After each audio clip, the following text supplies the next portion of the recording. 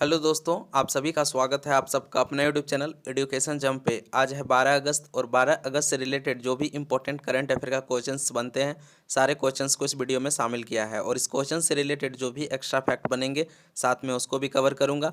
अगर आपको इसका पीडीएफ चाहिए तो जुड़ना होगा हमारे टेलीग्राम चैनल से, लिंक वीडियो के डिस्क्रिप्शन में है। तो उस लिंक पर जा करके हमारे टेलीग्राम चैनल से जुड़ जाइए। अगर आप हमारे चैनल पर नए आए हैं तो चैनल को सब्सक्राइब कर लीजिएगा। आप वीडियो के अंत तक बने रहिएगा क्योंकि हमने सारे वही क्वेश्चंस को सिलेक्ट किया है जो आपके एग्जाम के लिए इंपॉर्टेंट है। तो चलिए दोस्तों, शुरू करते हैं आज का करंट अफेयर। आज का पहला क्वेश्चन है, एटीएम में कैश खत्म होने पर आरबीआई ने बैंकों को कब से दंडित करेगा? तो ये करेगा 1 अक्टूबर से। भारतीय रिजर्व बैंक ने एटीएम की गैर पुनः पूर्ति के लिए दंड की योजना शुरू करने की घोषणा करी है, जिसके अनुसार उन एटीएम्स या डब्ल्यूएलए पर मौद्रिक दंड लगाएगा जो नकदी से बाहर हो जाते हैं। आप ये याद रखिएगा, अक्सर एग्जाम में क्वेश्चन यहाँ से बनते हैं कि उप governor reserve bank of India का कौन है? तो वो हैं टी रविशंकर, एम राजेश्वर राव, महेश कुमार जैन और माइकल देवव्रत पात्रा। आपसे एग्जाम में ये पूछ सकते हैं आरबीआई का मुख्य वित्तीय अधिकारी कौन है? तो आप याद रखिएगा, इनका नाम है सुधा बालकृष्णन। अक्सर एग्जाम में पूछते हैं कि आरबीआई का गवर्नर कौन है? तो वो है शक्तिकांत दास। लेकिन ऐसे नहीं पूछते हैं, वो एग्जाम में घुमा के पूछते हैं कि आरबीआई के जो गवर्नर शक्तिकांत दास हैं वो कितने नंबर के हैं? तो वो हैं 25वें नंबर के। हेडक्वार्टर जो है आरबीआई का ये है मुंबई। स्थापना हुआ था इसका 1 अप्रैल 1935 को। आरबीआई का पहला जो मुख्यालय था वो था कलकत्ता, और कलकत्ता से जो ट्रांसफ़र किया गया था मुंबई। तो आपसे एग्जाम में पूछा जाएगा कि कब किया गया था? तो ये किया गया था 1937 को। आपसे अगर एग्जाम में पूछे कि भारतीय रिजर्व का पहला आरबीआई गवर्नर कौन थे? तो वो थे एसविन ओसवर्न स्मिथ। लेकिन आपसे ये पूछ ले कि भारत का पहला गवर्नर कौन थे आरबीआई का? तो वो थे सीडी देशमुख जी। आरबीआई गवर्नर का कार्यकाल 3 साल का होता है, और आरबीआई गवर्नर का जो नियुक्ति करता है वो तो प्रधानमंत्री करता है, लेकिन सलाह लेता है वित्त मंत्री का। और वर्तमान में आपको पता होगा वित्त मंत्री जो हैं अभी निर्मला सीतारमन जी हैं।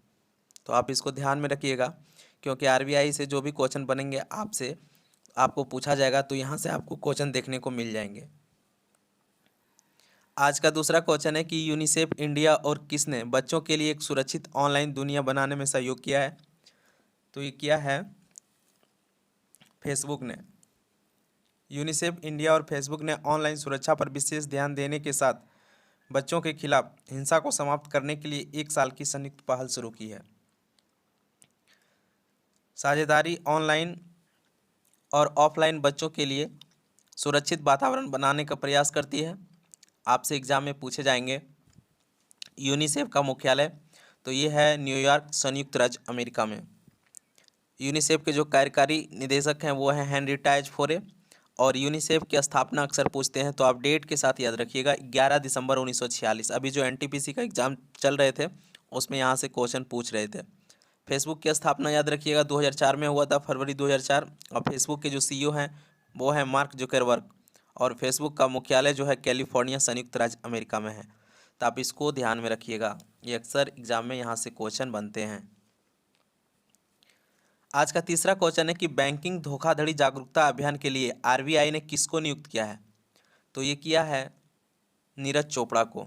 आपको पता होगा नीरज चोपड़ा ही ने टोक्यो ओलंपिक 2020 में भाला फेंक में गोल्ड मेडल जीते थे। और नीरज चोपड़ा जो है बिलोंग करते हैं हरियाणा से। डिजिटल बैंकिंग धोखाधड़ी के खिलाफ लोगों को आगाह करने के लिए भारतीय रिजर्व बैंक ने एक जन जागरूकता अभियान शुरू करी है। नए अभियान के लिए आरबीआई ने ओलंपिक स्वर्ण पदक विजेता नीरज चोपड़ा को अनुबंधित किया है। केंद्रीय बैंकों ने लोगों को थोड़ा सतर्क रहने को कहा है क्योंकि ऐसा करने से उन्हें काफ़ी परेशानियों से बचाया जा सकता है। आज का फोर्थ क्वेश्चन है कि मोहम्मद मुकवेर किस देश के पहले उपराष्ट्रपति बने हैं? तो ये बने हैं ईरान के। ईरान की जो राजधानी है वो है तेहरान। और ईरान का जो मुद्रा है ईरानी तोमान है। आपको पता होगा ईरान का जो पहला जो करेंसी हुआ करता था वो ईरानी रियाल हुआ करता था, लेकिन इसका करेंसी जो है चेंज कर दिया गया है। तो आप रियाल याद नहीं रखिएगा, आप याद रखिएगा ईरान का मुद्रा जो है अब हो गया है तोमान। ईरान के राष्ट्रपति अभी हाल ही में बने हैं वो हैं इब्राहिम राइसी। तो आप इसको ध्यान में रखिएगा। आज का फिफ्थ क्वेश्चन है कि बंधन योजना के तहत नागालैंड में कितने राष्ट्रीय पुरस्कार जीते हैं? तो ये जीत लिया है 7 राष्ट्रीय पुरस्कार। Tribal cooperative marketing development federation of India limited के 34वें स्थापना दिवस के उपलक्ष्य में पहले वंदन वार्षिक पुरस्कार पर नागालैंड को 7 राष्ट्रीय पुरस्कारों से सम्मानित किया गया है।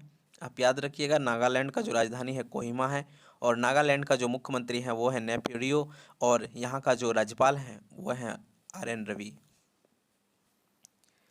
आज का 6th क्वेश्चन है कि नए वैश्विक युवा विकास सूचकांक में भारत को कितना स्थान मिला है? तो स्थान मिला है इनको 122वां। लंदन में राष्ट्रमंडल सचिवालय द्वारा जारी 181 देशों में युवाओं की स्थिति को मापने वाला नए वैश्विक युवा विकास सूचकांक 2020 में भारत का स्थान है 122। अब टॉप 3 याद रखिएगा, पहले स्थान पे है सिंगापुर, दूसरे पे स्लोवेनिया और तीसरे पे नॉर्वे। और चौड, मध्य अफ्रीकी गणराज्य, दक्षिण सूडान और अफगानिस्तान और नाइजर ये सबसे अंतिम स्थान पर रहे हैं। आज का 7वां क्वेश्चन है कि ताड़ के तेल पहल की घोषणा किसने करी है? तो किया है नरेंद्र मोदी ने। प्रधानमंत्री नरेंद्र मोदी ने ताड़ के तेल सहित खाना पकाने के तेल में भारत को आत्मनिर्भर बनाने के लिए 11,000 करोड़ रुपये का राष्ट्रीय खाद्य तेल मिशन ऑयल पाम की घोषणा करी है। आज का 8वां क्वेश्चन है कि वित्त मंत्रालय ने कितने करोड़ से अधिक जनधन खाते को निष्क्रिय किया है? तो निष्क्रिय किया है 5.82 करोड़। वित्त मंत्रालय ने राज्यसभा को सूचित किया है कि 5.82 करोड़ से अधिक जनधन खाते निष्क्रिय हैं। यह कुल खातों की संख्या का 14% है। इसका मतलब है कि 10 जनधन खातों में से कम एक खाता निष्क्रिय है। तो आप याद रखिएगा, भारत का जो वित्त मंत्री हैं प्रेजेंट में वो है निर्मला सीतारमण जी। आज का 9वां क्वेश्चन है कि किस बैंक ने डिजिटल प्रयास उधार मंच का अनावरण किया है? तो ये क्या है? सिडबी। भारतीय लघु उद्योग विकास बैंक यानी small industries development bank of India SIDBI ने कम आय वाले समूह के उद्यमियों को ऋण की सुविधा के लिए एक ऐप आधारित डिजिटल ऋण मंच डिजिटल प्रयास का अनावरण किया है। तो आपसे एग्जाम में क्वेश्चन पूछते हैं कि सिडबी का MD कौन है?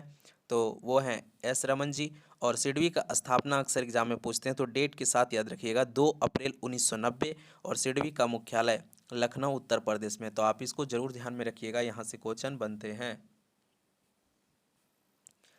और आज का अंतिम क्वेश्चन है कि किस राज्य सरकार ने IT क्षेत्र के लिए राजीव गांधी पुरस्कार की घोषणा करी है?